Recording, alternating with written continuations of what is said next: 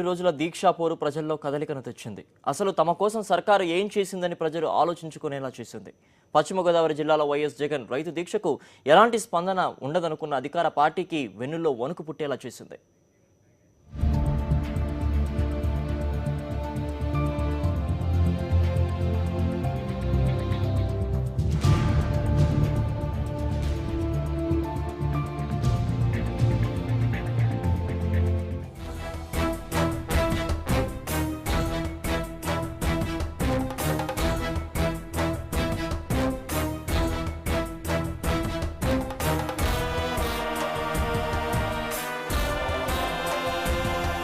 రాష్ట్ర ప్రభుత్వాన్ని అడుగుతా ఉన్నా, ఈ రోజుకి ఎంతమంది డాక్రా అక్క చెల్లెమ్మలకు, ఎంతమంది రైతులకు మీరు రుణాలు మాఫీ చేశారు అని చెప్పి ఇవాళ రాష్ట్ర ప్రభుత్వాన్ని నేను గట్టిగా నిలదీస్తా ఉన్నా. ఈ పోరాటం ఇంతటితో ఆగదు. ఎన్నికల హామీల అమలు పట్ల ప్రభుత్వం నిరసిస్తూ వైఎస్ఆర్సీపీ అధినేత వైఎస్ జగన్మోహన్ రెడ్డి పశ్చిమ గోదావరి జిల్లా తణుకులో చేపట్టిన 2 రోజుల రైతు దీక్ష ప్రజలను ఆలోచింపు చేసింది. పార్టీ శ్రేణుల్లో నూతన ఉత్సాహాన్ని నింపింది. దీక్షకు వచ్చిన స్పందనతో అధికార పార్టీ కంగు తినింది. తణుకులో వైఎస్ జగన్ 2 రోజుల దీక్ష ప్రకటించినప్పుడు ఎన్నికల్లో టీడీపీకి ఓట్లేసి గెలిపించిన పశ్చిమ గోదావరి జిల్లాలో దీక్షకు పెద్దగా స్పందన ఉండదని ఆ పార్టీ వర్గాలు అంచనా వేశాయి. బాబు అధికారంలోకి వచ్చి 8 నెలలు కావస్తున్న ఏ ఒక్క హామీ కూడా అమలు కాకపోవడంపై జనంలో మొదలైన అసంతృప్తి, ఆగ్రహం దీక్ష ద్వారా ఖచ్చితంగా వ్యక్తమవుతుందని వైఎస్ఆర్సీపీ శ్రేణులు భావించాయి. సరిగ్గా అదే జరిగింది. వైఎస్ జగన్ 2 రోజుల దీక్షకు జనం నీరాజనాలు పట్టారు. దీక్షా శిబిరం జనంతో కిక్కిరిసిపోయింది. డ్వాక్రా మహిళలు పెద్ద సంఖ్యలో తరలివచ్చారు. జగన్ ప్రసంగం కోసం ఓపికగా వేచి చూశారు. అంచనాలకు మించి జనం స్వచ్ఛందంగా తరలిరావడంతో అధికార పార్టీలో అలజడిరేగింది. టీడీపీ నేతలో ఆందోళన రేకెత్తించింది. ఇటు వైఎస్ఆర్సీపీ నేతలకు ఆనందం కలిగించింది.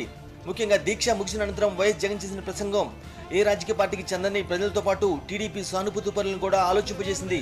రైతులు, డ్వాక్రా రుణమాఫీల గురించి చదువు రాని వారికి కూడా బాగా అర్థమయ్యే రీతిలో జగన్ వివరించిన తీరు జనాన్ని బాగా ఆకట్టుకుంది.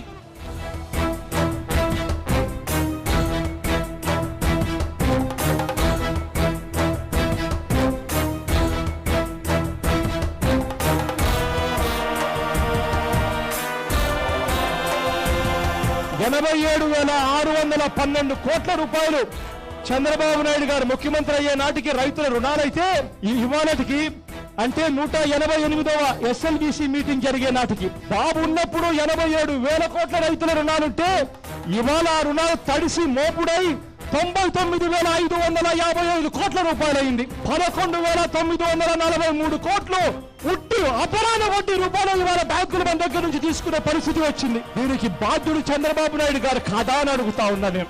జగన్మోహన్ రెడ్డి 2 రోజుల దీక్ష ఊహించినంత విజయవంతమైందని ఇంటెలిజెన్స్ వర్గాలు కూడా ప్రభుత్వానికి నివేదిక పంపినట్లు తెలిసింది. 2 రోజులు జనం భారీగానే వచ్చారని, జగన్ ప్రసంగం జనాన్ని ఆలోచింపజేసే రీతిలో సాగిందని ఆ వర్గాలు వివరించినట్లు సమాచారం.